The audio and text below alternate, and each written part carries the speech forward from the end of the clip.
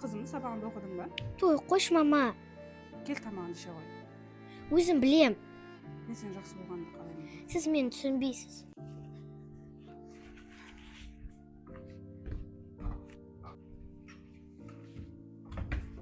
Zarina, ne bo'ldi sаған? Ana men ұрысып қалдым. Ana, өмірдегі ең жақын адам ғой. Балалар, бүгінгі біздің сабақтың тақырыбы ана мейірімі. Ана ол біз үшін бәріне дайын жан.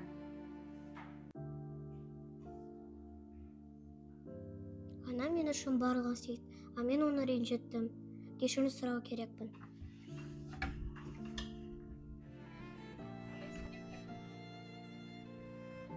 Кешіріңізші мені. Ана жүрегі бәрін кешіреді ғой.